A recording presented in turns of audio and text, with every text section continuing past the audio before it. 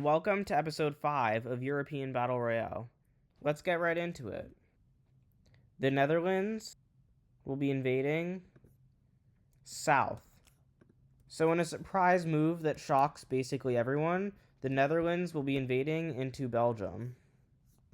And this might be a shorter video because I think this is going to end up being a 2-for-1 deal, as the Netherlands starts moving their troops into Belgium, and they're just so much stronger than Belgium that before long, Belgium is taken.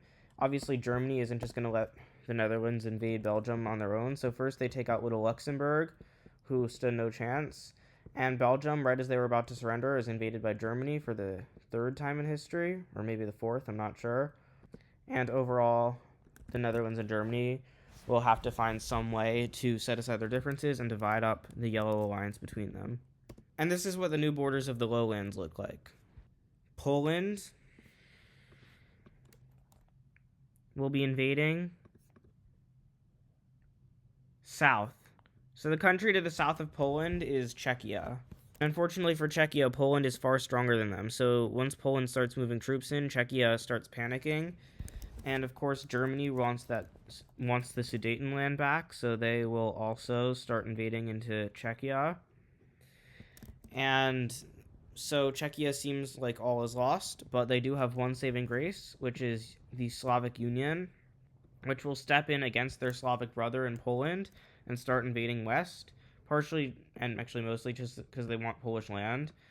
And Poland will decide to make a strategic withdrawal. They call it a strategic retreat, but it's really just, oops, we can't handle two wars at once, so we're just going to withdraw from Czechia and start fighting back against the Slavic Union, actually taking a bit of land in Slovakia, using some troops they already had stationed in Czechia.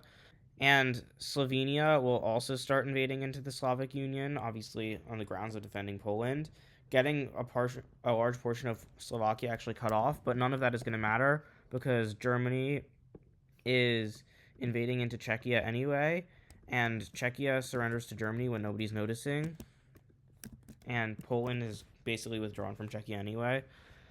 So now there's just a completely separate war going on, and the Slavic Union is winning, except in Slovakia where they're losing, and they basically just lost all of Slovakia pretty quickly, and that's not good for them, especially because they like Slovakia. It's one of their 3 core members. So they're invading into Poland, and I'd say at this point the Slavic Union probably has like separate identities for all of the non-main core members, but Slovakia is one of the core members. And Germany will start an invasion into Poland, because why not at this point?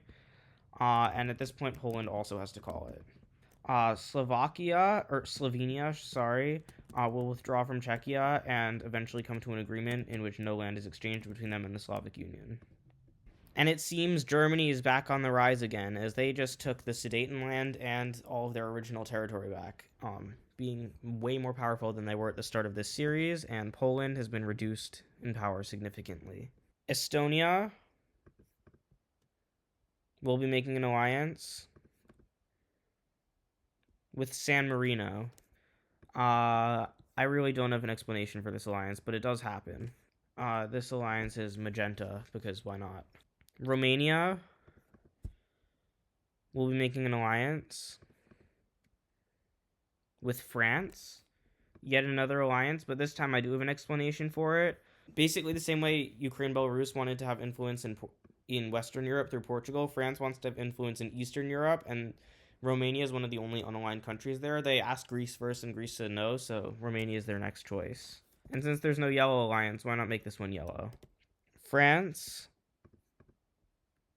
will be making an alliance again with Portugal. So speaking of the Cyan Alliance, it is immediately going to merge with the Yellow Alliance. I'm going to actually make the Pink Alliance yellow. And the Cyan Alliance is now what used to be Yellow Alliance, as well as what used to be the Cyan Alliance. So this is what Europe is looking like now in terms of alliances. France and Portugal must have repaired their relations, and the 2 alliances united because they're kind of afraid of Germany. So they wanted to, have 2 ways to attack Germany. Spain will invade west. So Spain is beginning to realize that they are surrounded, and so they give themselves one last hurrah as they elect a nationalist dictator who riles up their population and declares that they must get all of their original territory back. They will start by invading into Portugal. They hope France will not come to Portugal's aid. And France and Portugal have pretty bad relations still. They kind of are only in the alliance because they were both in separate alliances. And so Spain takes most of the land that they wanted from Portugal. But once they accidentally move into France, which they kind of weren't paying that close attention to not do, France immediately strikes and starts invading. And basically, with France's help, Portugal is nowhere to be found in helping this. Andorra will also join this war, taking the Canaries as well as invading into a little bit of eastern Spain to try and get some land out of the peace treaty once it's signed. Spain's two cities in Morocco are seized by Morocco. You couldn't even really see that they were there, but for now, things are not going very well for Spain, and their dictator refuses to allow them to surrender, and eventually he gets overthrown, and the Spanish people basically say, hey, we know we're going to be divided up between you guys, but that's better than being all, like, basically killed by war, so, hey, let's come to an agreement. And this is the agreement that they come to. I also completely forgot, but Corsica is still a part of France, so, yeah. Finland will make an alliance with Romania. So the growing influence of the Cyan Alliance is too much for a lot of countries to ignore, as it's already more powerful than the previous lords of Europe, which were the Orange Alliance. And so Finland, wanting to get on that train while it's still hot, will also join the Cyan Alliance. Ireland will invade Northeast. I wasn't even going to roll because it's pretty obvious they would be invading into Britain, but I figured I should roll, and Northeast is literally the most clear direction that it could have given me. Ireland is invading into the UK. And so Ireland will be starting this war by trying to take Northern Ireland, obviously. They might have to invade into the rest of the UK if necessary, but they basically claim that the UK has been oppressing Northern Ireland for too long, and it's time for that to end. The Vatican supports them spiritually, which actually kind of makes everything worse because the whole debate between these guys is religious. So the fact that the Catholics in the Vatican are supporting Ireland in this endeavor is not a good thing for Ireland, and it'll make it very difficult for them to invade. The British government doesn't really care that much about this entire conflict, but the Northern Irish are actually pretty surprisingly resilient and don't want to be conquered by the Irish, and the Irish were pretty surprised by this. Eventually, the British actually basically, because the Northern Irish kind of have their parliament suspended while they're at war, and the rest of the British basically say, hey, Ireland, if you want to have better relationships with us, we can just give that to you if you just pay us half your GDP worth of money. And Ireland's like, you know what? It's probably cheaper than this war is going to be. And so Ireland and the UK actually agree that the UK will just hand Northern Ireland over, which I know is something that wouldn't really happen realistically. But in this timeline that I made up, the UK just stopped caring about Northern Ireland. They really are isolationists, so they'd rather just not have war, and so they just give up Northern Ireland. And so Ireland is reunited. Andorra will be invading Northeast.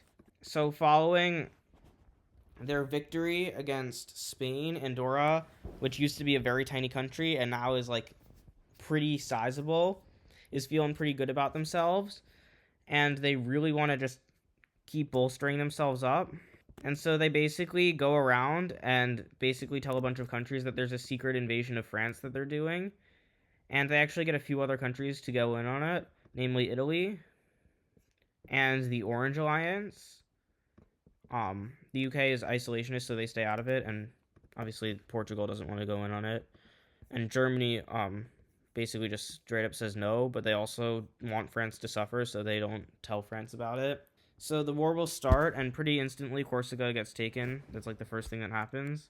And then the invasion of France will start, and Andorra will try to cut off France from here. And because France didn't have that many troops in Spain, it actually works, because they weren't planning on Andorra.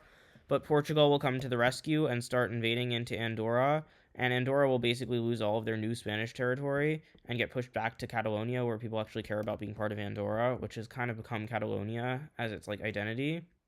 Things are going much better for the Orange Alliance, though, as the Dutch invading into northern France find very little resistance, as France expected the Andorran invasion and the Italian invasion.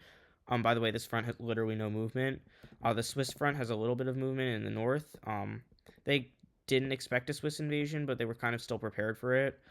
They were really not prepared for a Dutch invasion, and therefore the Dutch are able to take a ridiculous amount of land. And even though Germany just said they didn't want to go to war, they changed their mind, and so they decided to go to war. And at this point, France goes to the Cyan Alliance and is like, "Hey, can you help me?" And Portugal's like, "We are helping you. We just kind of clobbered Andorra. Andorra is basically like dead. We just took the Canaries from them, and Andorra's gone." And France is like, "Okay, great, Portugal. Can you guys in the east help us?" And they're like, "We can't help you unless Turkey wants us to help you." And Turkey is like, "Pay me a lot of money and I'll let you move troops through there." And the Slavic Union is willing to pay up. Finland can technically move across the Arctic Circle, but it's kind of like winter when this is happening, so they can't actually do that. And Germany obviously won't let them move through, so Finland's kind of stuck. But essentially what happens is these guys start sending troops to France, and this is when stuff really goes badly for the attacking forces, with the exception of the Dutch and Swiss, who kind of hold their ground. But Sicily is invaded and taken, as the soft underbelly of Europe is shown to be that once again. Sardinia is fully taken as Corsica is retaken, and Italy starts getting invaded before both San Marino and the Vatican start invading into Italy, and Italy decides to cowardly surrender, leaving just the Orange Alliance, who basically make an agreement with France. I guess Germany's also in it, and they're kind of attacking France.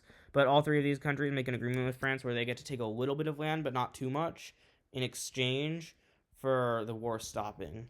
And the whole Cyan Alliance is fine with that because they know they're going to get to divide up Andorra. And this is what the new borders of Western Europe look like, with Italy having two former microstates eating them up like a disease. Okay, last event of this video. Ireland will be invading Northeast. So despite the money they just gave to the UK, Ireland is hungry for revenge against all the years that the UK has abused them, basically. And with their ally just having recently been bolstered, they are feeling more confident than ever that the UK can be taken down. So they land troops in Scotland and find very few defenses.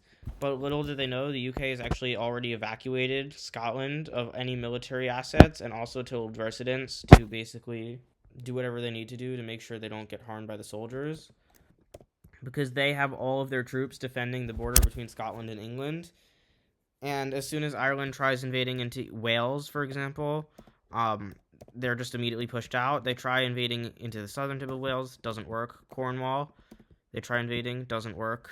Basically, they can't actually get anywhere. The British had planned for Scotland to be invaded.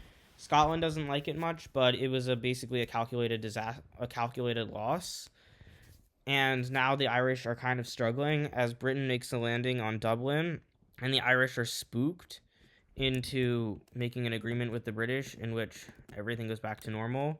And this entire war was kind of pointless, except that it completely reversed the goodwill between Britain and Ireland that had come because of the sale of Northern Ireland.